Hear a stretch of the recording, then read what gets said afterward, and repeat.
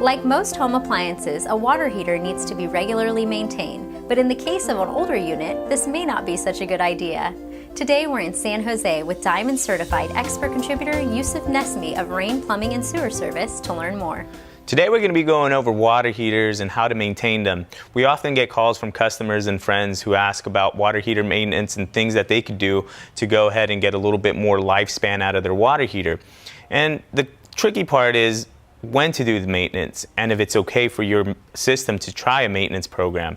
And the reason I say that is if you've had your water heater for more than 5 or 6 years, we usually don't recommend trying to do any type of maintenance. There's probably already so much calcium buildup and so many mineral deposits in the water heater that if you try doing some of the maintenance programs that we're going to go over today, it might open up a can of worms. So the first thing we'll go over is about flushing the water heater. So if we go down here, you'll see there's a drain valve, and when you flush your water heater, what you want to do is you want to attach a hose to the valve, open it up, and let the water heater drain. One thing that I do is I attach the hose and then I run the hose out to my yard, and I make sure that I water my plants, water my lawn with the water that's in the tank. That way it doesn't waste the water. And I do that once a year, sometimes 2 times a year, but any more than that is just kind of overkill. Now, one thing that I recommend, if you are going to do this, you got to understand that if it's been 5 or 7 years, there's a good chance that there's a lot of calcium and mineral deposits that will be coming out from there. So if you had an older system, you try to open this up, you might get a piece of mineral deposit in the valve where it's not going to close again. And that's where I said you might open a can of worms. That's why if it's been 5 or 7 years, I would just let it go. But if it's a newer water heater, I definitely recommend attaching a hose, draining it once or twice a year. Now, another thing that I recommend is what we have here is a ball valve.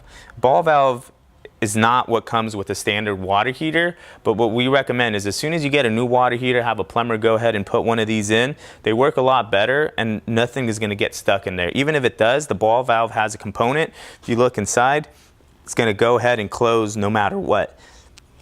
As opposed to a gate valve that comes standard with a water heater, it's often that mineral deposits or debris gets stuck inside of the valve, and all of a sudden you can't close it. The next thing we're going to go over are anode rods. And not every water heater has accessibility to the anode rod, but inside every tank there's an anode rod. What the anode rod does, it's a sacrificial piece of metal that they put inside of the water heater in order for it to absorb all the minerals, all the calcium buildup. So it eats away at this rod instead of eating away at your water heater. Now what some people do is after 4 or 5 years they replace the rod, because once the minerals have eaten it up so much, there's no more that it could eat, and it'll start eating at your tank. But if you replace this and you put a new one in, it's going to attract all the mineral deposits and all the calcium, and it'll eat away at your anode rod instead of your tank. So those are the 2 things that pretty much you can do to flush your water heater. There's not really any chemicals or anything like that that you can use to flush it. We just go ahead and recommend doing a regular flush. Make sure that your water is shut off. And yeah, that's pretty much what we recommend doing for a water heater maintenance.